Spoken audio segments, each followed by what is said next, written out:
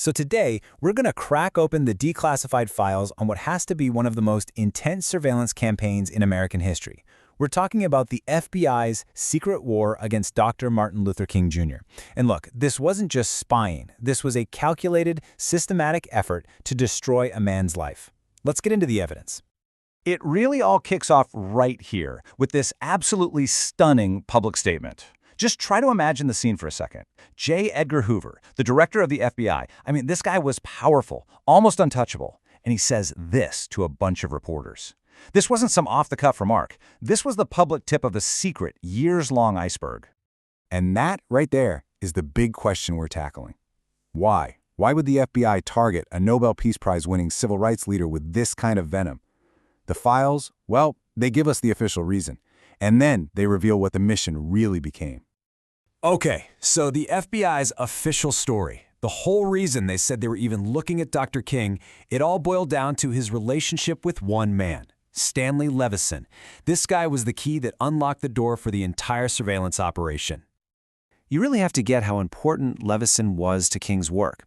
He wasn't some guy on the fringes. No, he was in the inner circle, a core advisor helping with speeches, raising money. He even helped with King's first book. And that close relationship is exactly what put both of them squarely in the FBI's crosshairs. Now, to get why the FBI was so hung up on Levison, you need to know about this super-secret operation they had called Solo.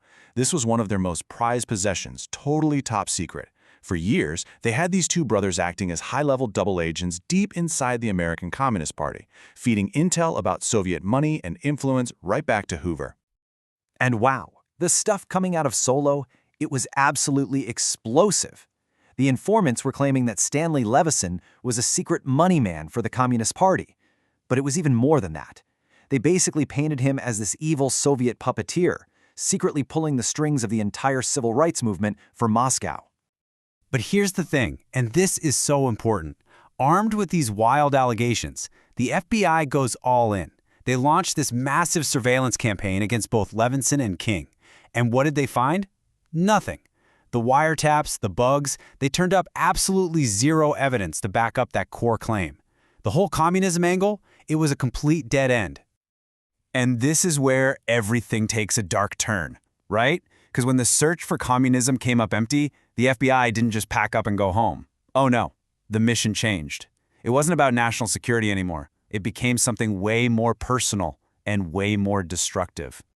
So, their bugs didn't pick up any secret communist plots, but they did pick up something else, deeply intimate details of Dr. King's private life. And as the source file puts it so bluntly, at that point, the investigation took a new and nasty turn. You know, the March on Washington in '63, that was huge. King's I Have a Dream speech made him this massive national figure, and inside the FBI, that set off all kinds of alarm bells. A top official named William C. Sullivan wrote this chilling memo, basically saying they had to mark King as the most dangerous man for the future of the nation and that the Bureau needed to do something about it. So, because they saw him as this huge threat, the surveillance just ramped up, step by step. First, it was wiretaps on Stanley Levison. Then it got bigger, taps on Dr. King's own home and the offices of his organization, the SCLC. And finally, the endgame. Agents literally breaking into his hotel rooms to secretly plant microphone bugs. And you gotta understand, these hotel room bugs were the real game changer. They heard everything, including incredibly personal and private moments. And this stuff had absolutely zero to do with communism, the supposed reason for the investigation. But it quickly became the FBI's new obsession and their new weapon. So now the FBI is armed with all this deeply personal dirt. And this is when they shift from just listening to actively attacking. And they do it all under the umbrella of a secret program with a pretty chilling name, COINTELPRO. So what was COINTELPRO? The name itself sounds intense. The Bureau's own definition tells you everything you need to know. The goal wasn't to investigate crimes. It was to neutralize people and groups that the FBI decided were a threat. The target wasn't King's politics anymore. It was King, the man. And if you want a perfect example of COINTELPRO in action, look no further than this. November 1964, King is just about to go accept the Nobel Peace Prize, and this anonymous package shows up at his office. Inside, a vicious, nasty letter and a tape, basically a highlights reel of the most intimate recordings from his hotel rooms. The letter itself was just brutal, pure psychological warfare. It starts out point blank with this threat: King, you are done. It just keeps going with these horrible personal insults, calling him. And it went after his entire public image, his identity as a moral leader, branding him. But the real goal, the final punch of this whole package, was just unbelievably shocking. The letter ends with a pretty clear suggestion. King should kill himself. And they gave him a deadline, timed so he'd get it right before his trip to Oslo for the Nobel Peace Prize ceremony. The message was clear: do this before we release the tapes and ruin you forever. So, when you step back and look at all this, what's the big picture? What did these files really tell us? Well, they show a campaign that didn't just stop with that letter, or even with King's assassination.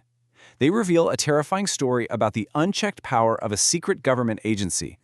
I mean, the obsession just didn't stop. All through '64, the FBI was feeding negative reports to President Johnson. The hotel bugging went on for years. Even after Dr. King was killed in 1968, they kept spying on his organization. And in 1969, they handed over the files to the new Nixon White House. The war on King's legacy actually outlived the man himself. You know, it's interesting. The book we're drawing from opens with this Goethe quote. And it's such a good point, right? These files tell us what the FBI did, in cold, hard detail. But they can't tell us everything. They can't capture the human cost, or the deep-seated paranoia and fear that was driving this whole thing. And that really leaves us with this final, massive question. A question that's just as relevant today as it was back then. When a government has the power to get into the most private corners of a person's life, who watches the watchers? The story of the FBI and Martin Luther King Jr. isn't just history. It's a chilling lesson in a debate about security, privacy, and power that, well, we're still having right now.